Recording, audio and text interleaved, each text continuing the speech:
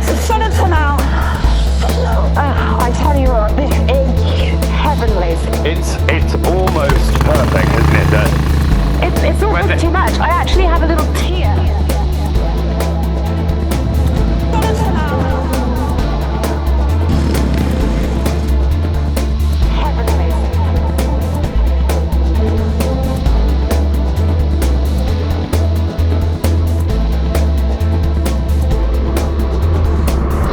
Steering wheel come off on me like yesterday.